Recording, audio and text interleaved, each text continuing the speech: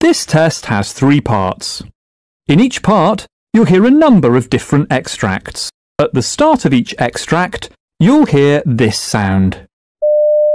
You'll have time to read the questions before you hear each extract, and you'll hear each extract once only. Complete your answers as you listen. At the end of the test, you'll have 2 minutes to check your answers. Part A. In this part of the test, you'll hear 2 different extracts. In each extract, a health professional is talking to a patient. For questions 1 to 24, complete the notes with information you hear. Now look at the notes for Extract 1. Extract 1, questions 1 to 12. For questions 1 to 12, complete the notes with a word or short phrase. You now have 30 seconds to look at the notes.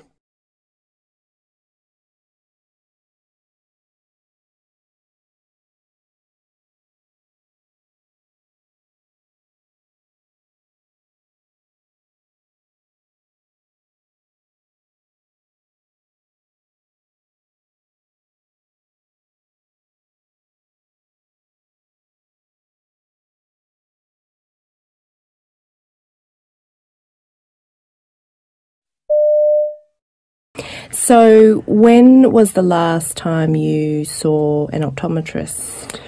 I would say about 6 months ago. Okay, great.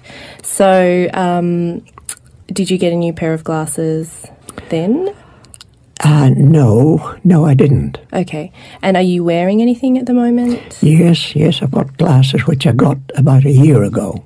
Okay. And what do you normally wear those glasses for? Reading. Reading, okay. I generally don't wear them, for distance. Okay, great. So are you happy with how you see in the distance? Yes, I don't have a problem there. Mm-hmm. I'm just thinking, that it's getting a bit more difficult for reading. Okay. Especially small print. The phone book, for example, is really difficult for me. Yeah, well, the phone book is difficult anyway, I think. But yeah, that can certainly be quite frustrating. Yes. So, do you think the difficulty was there when you got your most recent glasses a year ago, or do you think it's gone downhill since then? I think that my vision in my good eye is not as good as it was 12 months ago. Okay. All right. So tell me about your eye history then. Yes, well, it goes back quite a bit. Around about 06, I started to notice a slight waviness in lines that I was reading. Okay. And that was in your right eye? In my right eye. Okay. And the ophthalmologist said, you've got a problem with your right eye. You should see a specialist, a retinal specialist.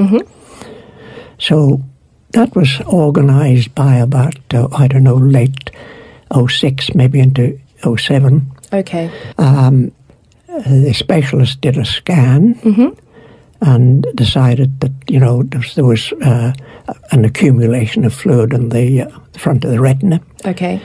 And prescribed Lucentis injection.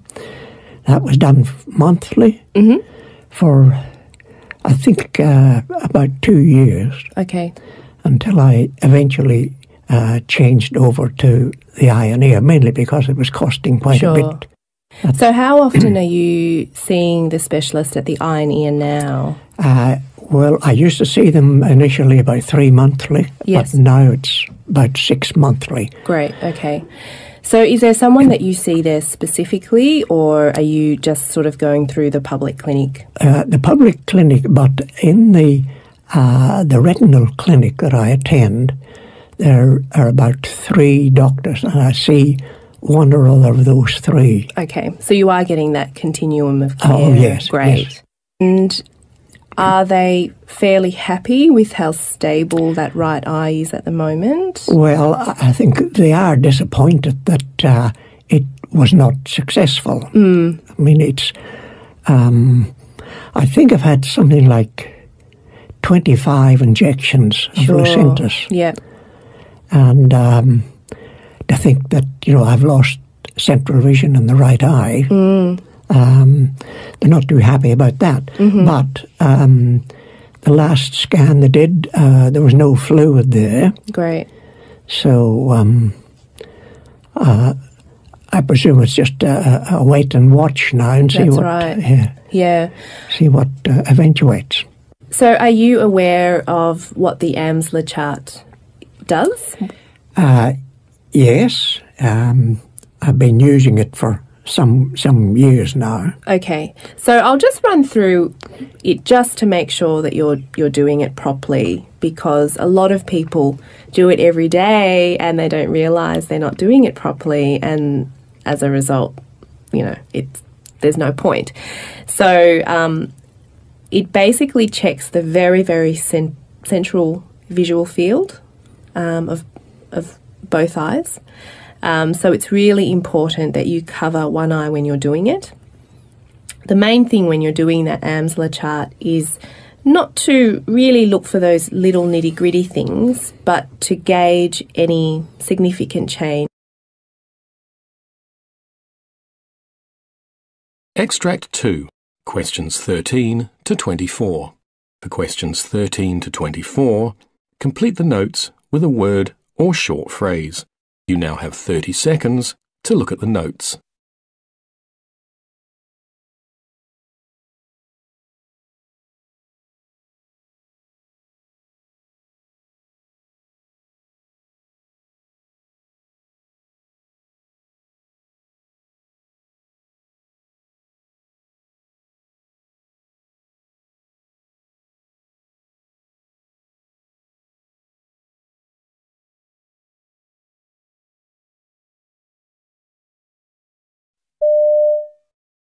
Hi Peter, how are you? My name's Rose and I'm looking after your 2 babies today. How are you? Hi Rose, I'm very well, thanks. So this must come as a bit of a shock to you, the birth of your babies 4 weeks early today? Yes, we weren't prepared for it, I suppose. Sorry. That's okay. I know it's quite overwhelming, isn't it, when you've come in today, and this has all probably been a huge shock and a big surprise. Why don't you come and sit down next to your babies, and I'll explain to you what we've done. Okay. Because your wife will be down in recovery probably for another hour or so. So let's look at your little girl first. Have you got a name for her yet? Yeah, this is Olive. Oh, that's lovely. Is that a family name or? It is actually. It's my wife's grandmother's name. Lovely. Yeah. So as you know, Olive is a little bit, well, you can see by looking at her, smaller than her brother. And I guess the doctors would have spoken to you prior to the birth about why the babies needed to be delivered this 4 weeks early. And so the concerns, I guess, we have for Olive are related to the fact that she is small, and so she doesn't have a lot of reserve, and that places her at risk of some potential problems, which is the reason she's up here in the nursery. Okay. The most obvious of those is that she doesn't have a lot of fat to keep herself warm, and therefore that's why we have her in an incubator. And that basically creates a nice warm environment to keep her temperature stable, because unlike her brother or even a term baby, she doesn't have a lot of what we call brown fat, which she can use to keep herself warm. Okay. How long do you think she'll be in the incubator? Usually most babies will come out when they're around 1,800 grams to 2 kilos, but that will really depend on her. So what we'll be aiming to do is to, once she's stable, start her on some feeds. Initially we'll give her some fluids intravenously. And so once we can start to get some milk feeds into her and fatten her up, and once she's able to maintain her own temperature, she'll come out. So there's no set weight for that to happen. There's no set time for that to happen. It'll be a judgment call about how quickly she starts to maintain her own temperature and how quickly we can bring the incubator temperature down. So Peter, just take me back. I haven't had a chance to look through your wife's obstetric history. These were your first babies, is that right? Yes, that's right. We found out quite early that we were having twins because we had an early dating scan about 5 weeks. So we've had plenty of time to sort of think about that and prepare. And the pregnancy, we were told that it was a high-risk pregnancy because we're having twins.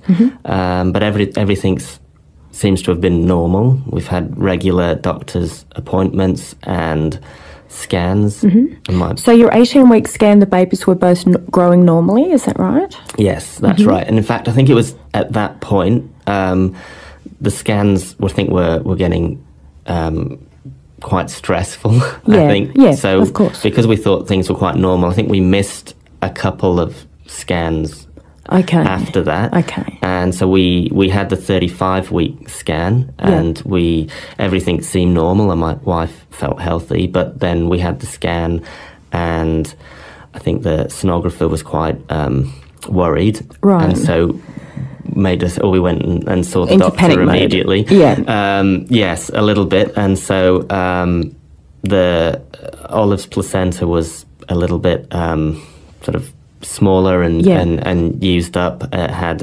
less fluid in it, and I think they were just concerned, and so they thought we had to take the babies out immediately. Yeah. So that would have been obviously quite alarming for you.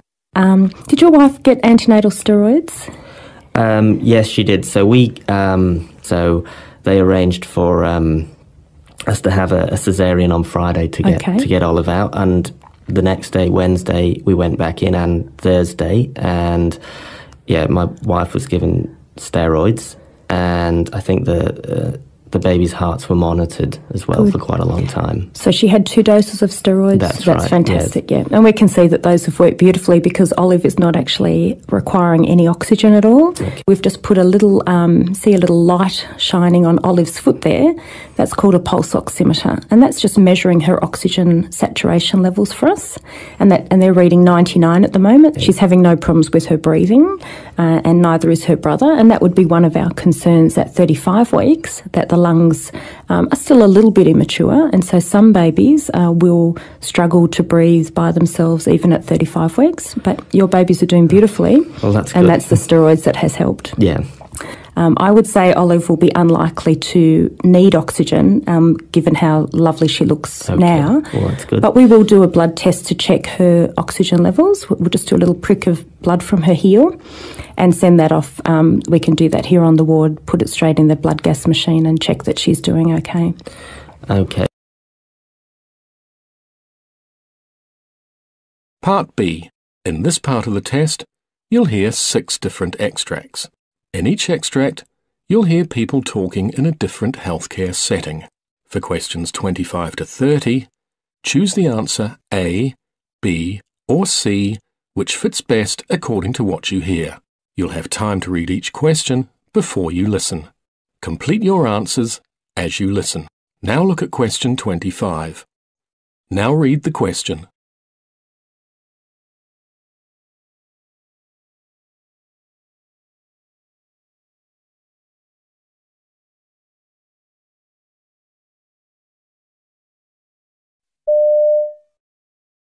The situation is that a 42-year-old female with signs of chronic liver disease presented here about 2 hours ago with pre-syncopal symptoms after hematemesis and melena at home.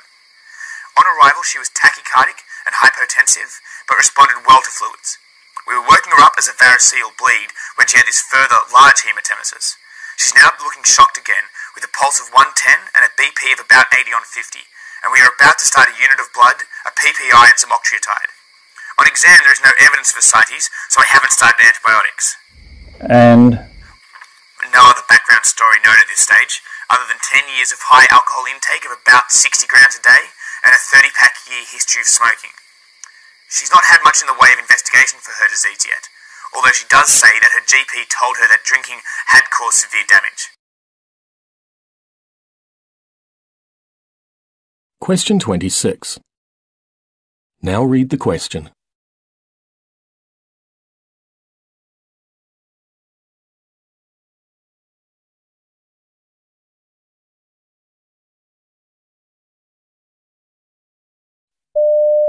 Oh my gosh, what is wrong? What do you think is wrong with her? It's not unusual. But why is she bleeding like this? Look at the blood on the floor. The nurse, it's just awful. It's not unusual for a mom to have the baby and start bleeding. This is not unusual. She's not talking to me at all. She'll talk. The nurse is calling the doctor, and sometimes after having the baby, the uterus is not contracting as it's supposed to. That's what's going on. That's why the primary nurse asked that I massage the abdomen. Okay, do you so think that we get it firm. Do you think we'll have to give her blood? Okay.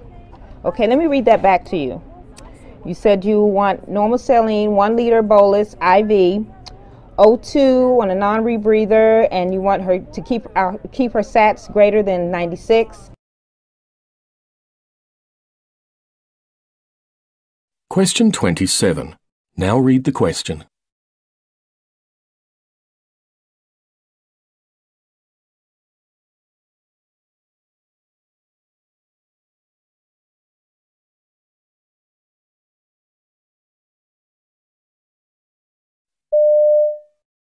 Hi, Dr. Walker.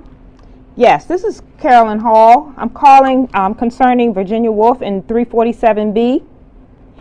She's a para 1, gravida 1, and she has a massive amount of bleeding that saturated her bed and is pooling on the floor.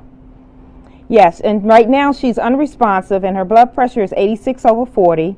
Her heart rate is 122, her respirations is 12, and her O2 sat is 90% on room air. Yes, she had an uncomplicated vaginal delivery this morning, and we gave her some Percocet and Ambien about 90 minutes ago. She has a saline lock on in her right arm, and it looks like a hemorrhage, and I think you should come and assess the patient. Question 28. Now read the question.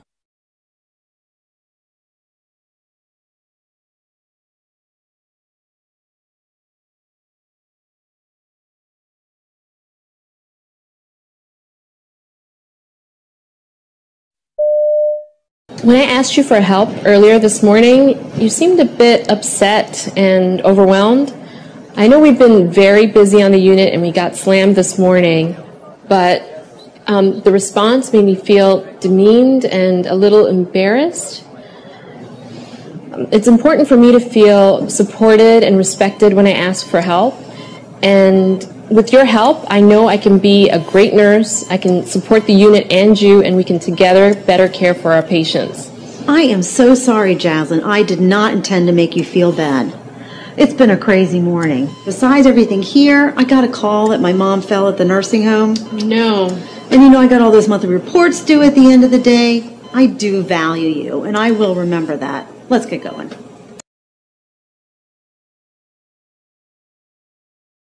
Question 29. Now read the question.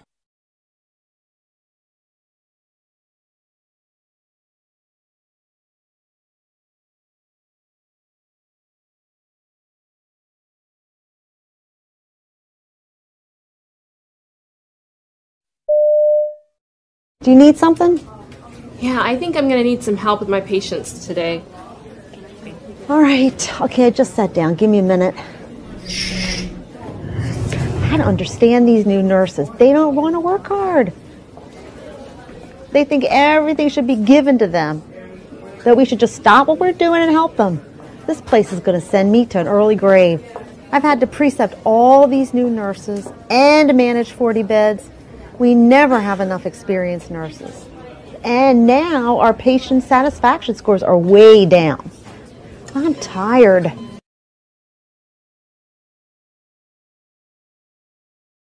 Question 30. Now read the question.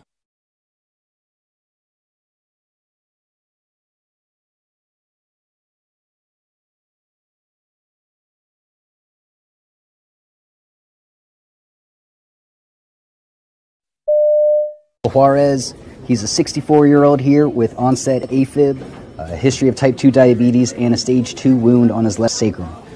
He's allergic to penicillin. He's married and lives at home with his wife, who has Alzheimer's. Okay. He's alert and oriented times 2, and he's unable to ambulate independently. OT worked with him yesterday. He responds verbally. We're actively titrating his amiodarone drip. His lungs are clear. His blood sugar was high before breakfast, and he got 7 units of insulin. His last bowel movement was 2 days ago. He's retaining urine due to BPH. He's on a cardiac diet and is due for a stress test at 10. Did you get all that?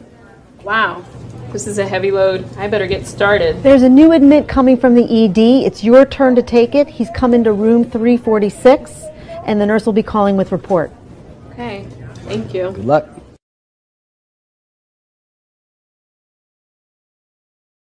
Part C.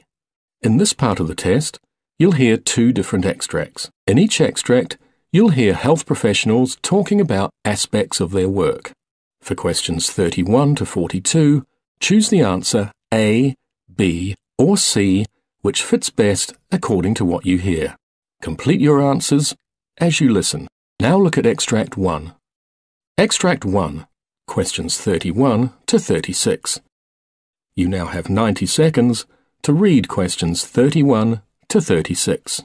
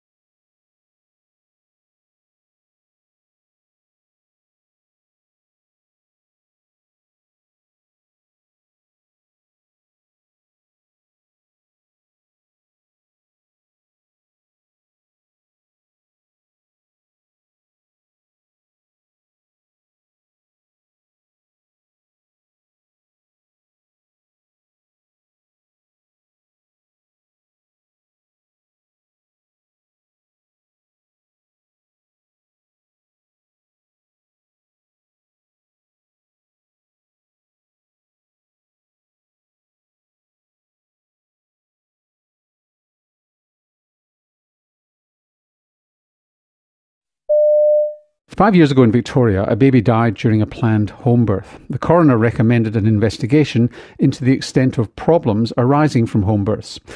One of the results of this recommendation have just been published, a study comparing thousands of women having their babies in hospital with women having a planned birth at home.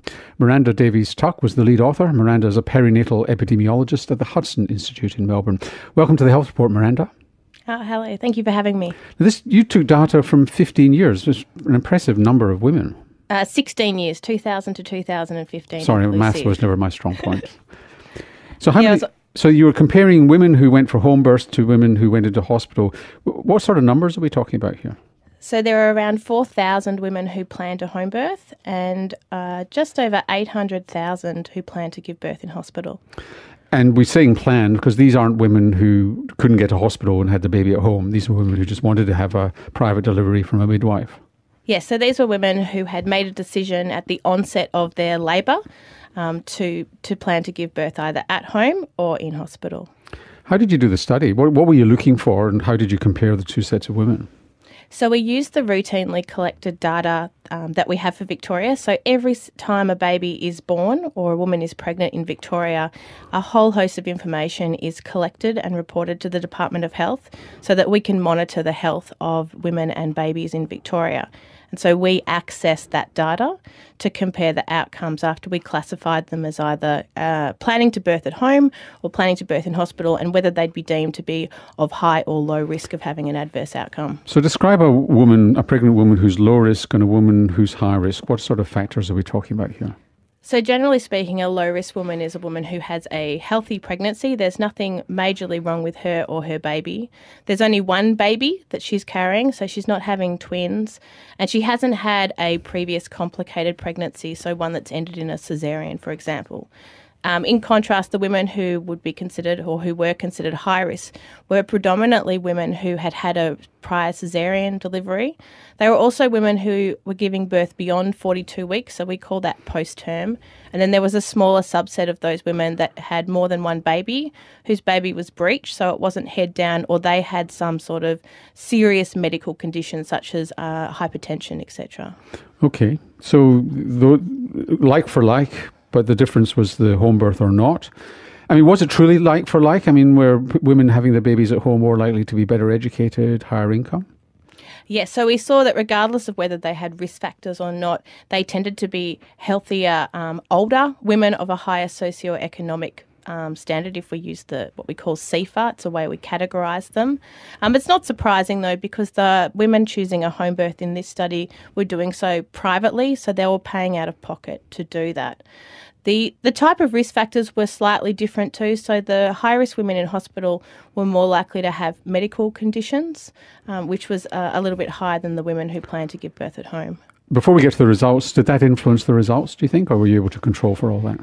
So we made the decision not to control for anything in this study. We weren't interested in the relationship between home birth and outcome. But what we wanted to do was to provide information in a way that women would be able to work out where they sat in that particular group and then make decisions about what their outcome rates would be if they did or didn't have risk factors and if they chose to give birth in home or hospital. So what did you find? So that we found that for the low-risk women, there were no differences in perinatal death. So babies were not more likely to die for women without risk factors planning to give birth at home. So when you say perinatal, was that the first week of life? So perinatal death includes stillbirths that occur during labour and also deaths in the first 28 days of life. Okay. So no difference in perinatal death. What about other baby outcomes? So in terms of some of the morbidities or the bad things that can happen to babies, some of these were actually lower for the women who plan to give birth at home. So their babies were less likely to have an injury and they were less likely to have some of the other morbidities that can occur. But this probably reflects differences in some of the intervention rates that the low-risk women, so they were less likely to have instrumental deliveries and caesarean deliveries, so possibly it could be related to that. What about the high-risk women? So for the high-risk women, we didn't see that the perinatal mortality rates was the same. In fact, we saw that... You got a tripling, didn't you? No, it was actually 7 times more likely to have their baby die if they planned to give birth at home. Yes, so neonatal death was so death after the baby was born was the death rate that was significantly higher in the women. For what reason? I mean, there wouldn't have been large numbers, but what reason? No, so the numbers were very small. We can. It's difficult to talk about the drivers of this because the numbers are so small. But it did look like the babies that were born at home were the ones that died. These were not the babies that transferred to hospital during labour. So if you've gone into problems with a planned delivery and you transferred to hospital, you were okay. It was just if you got into strife, then that's the women who got into problems with their babies. Yeah, and potentially there were barriers to the transfer to hospital. Whether or not those barriers still exist right now, we can't be certain. But all the maternal benefits and the other benefits were there in the high-risk women. It was only that risk of perinatal death that was the issue. Now, there are all sorts of... So in other words, it's basically good news as long as you've got your risk assessed and you're going into this with your eyes open.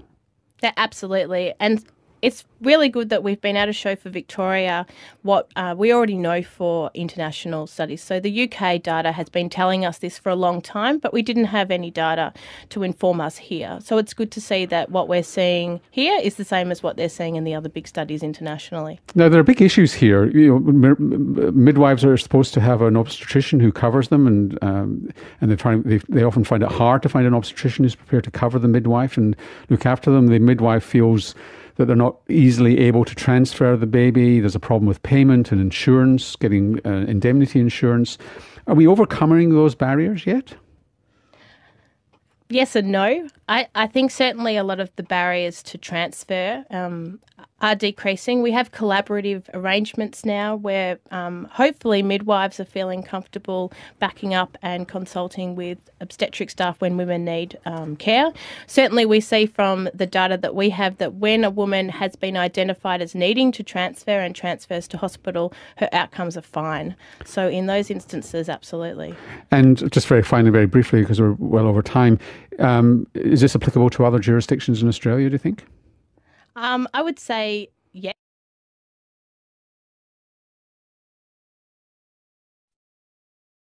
Extract 2, questions 37 to 42. You now have 90 seconds to read questions 37 to 42.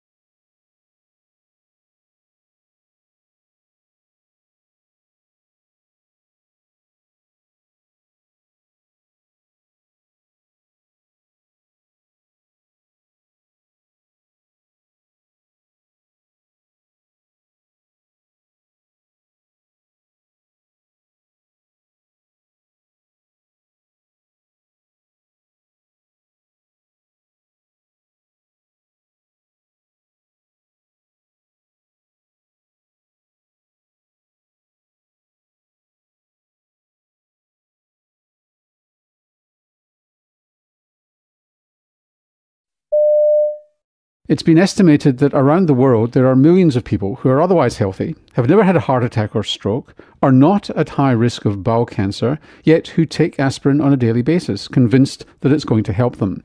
Well, the evidence from the largest ever study in this area suggests not.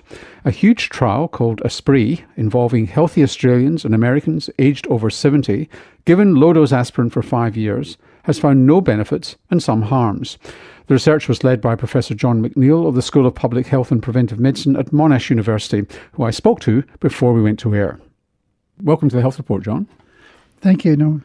It's pretty impressive, 3 papers in the New England Journal. What sparked this study? Because it was Australian motivated, even though it occurred in the United States as well. I think we've been aware since the 1990s that there's an evidence gap, that many millions of people take aspirin every morning, and the evidence base, particularly for those who haven't had a heart attack or a stroke or have no other medical reason to be taking it, the evidence just isn't there. So what did you do in this study? We recruited 19,100 people from the United States and Australia. 16,700 were from Australia, and we followed them for an average of 4.6 years, and half of them took aspirin and half of them took placebo. And what were you looking for? What were your endpoints? Well, the endpoint here was disability-free survival, which is a measure of how long elderly people stay healthy. But how did you measure that? By measuring how long it took for people to remain healthy without having a permanent physical disability or developing dementia. And what did you find? Well, we found 3 things. Firstly, low-dose aspirin did not appear to increase survival. Disability-free survival or survival? Disability-free survival and survival. And it also didn't prevent heart attack or stroke. I think I should emphasise that this study was done in people who'd never had a heart attack or a stroke, because people who have routinely take aspirin under very strong evidence to prevent them having another one. So we're talking about healthy people recruited who were over 70 on average, is that right? That's right. The average age was 74. What about cancer? A lot of people take aspirin to prevent cancer, and there is some randomised trial evidence that aspirin can prevent cancer. Yes, this was a surprising finding in our study. There were numerically more people dying of cancer in the aspirin arm than in the placebo arm. This was a relatively small effect. It wasn't statistically significant once we adjusted for the multiple comparisons that we were making, and it hasn't been seen in other large clinical trials. So we're suspending judgment as to what its significance really means. And what were the complications and the side effects? Well, we had the usual side effect of bleeding. We took a lot of care over the measurement of bleeding because older people are more inclined to bleed, and aspirin enhances that effect. And we certainly had an increase in hemorrhage in the people taking aspirin. Now, previous studies have suggested, and we had this on the Health Report, I think it was last year, suggesting that if there was a hemorrhage risk, it was early on and that settled down later. We looked at this, but we couldn't find that. According to our data, the risk of hemorrhage just kept going. Now, we had a story not so long ago on the Health Report suggesting that the effect of aspirin, of low-dose aspirin, is actually only there in people who weigh 70 kilos or less, and that if you want to get an effect from aspirin, you should be on a higher dose, like 325 milligrams or even 600. We've had a brief look at that, and we couldn't find that in our older people. What about dementia? Aspirin appeared to have no effect at all on dementia. But 4 years is not a long time to develop dementia. I mean, did you measure cognitive decline? Yes, we measured cognitive decline very carefully, and we haven't analysed all the data yet, but certainly the number of people who were diagnosed with dementia was the same on each arm. But that raises a very important issue, because we will be following the people who participated in ASPREE over the long term to see if there is a difference in incidence of dementia or cancer that appears later. And we know that there's been evidence that cancer preventive effect does take 4 or 5 years before it becomes evident. That's one of the reasons why we've been very keen for our ASPREE participants throughout both countries to continue to be involved and let us follow them up. Now, if you have hemorrhage or you have side effects like gastric upset or something like that from aspirin, the people who are taking the real thing might have dropped out more than people on the placebo. That could have affected the results? We did a lot of testing of how many people were taking aspirin. We counted their pill bottles and so on, and we found that basically there was very good compliance with the medication on both arms of the study. Could this be a phenomenon of, as we are getting older, we're actually not necessarily aging, we're actually living longer, younger, and we're getting less heart disease?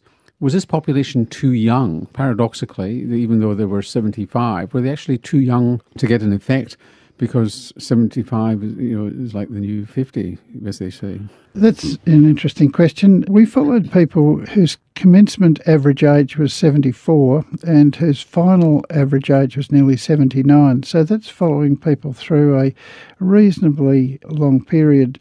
We had a number of people who were over 80 years of age, and as far as we could tell, there wasn't a really big difference between the impact of aspirin at any of these ages. So if somebody's taking aspirin now, they're entirely healthy, they've never had heart disease, they've not had bowel polyps, which is another reason why some people might take aspirin to prevent the polyps turning into cancer or new polyps emerging, and they're on aspirin, should they just stop? Look, we're not recommending this at this point.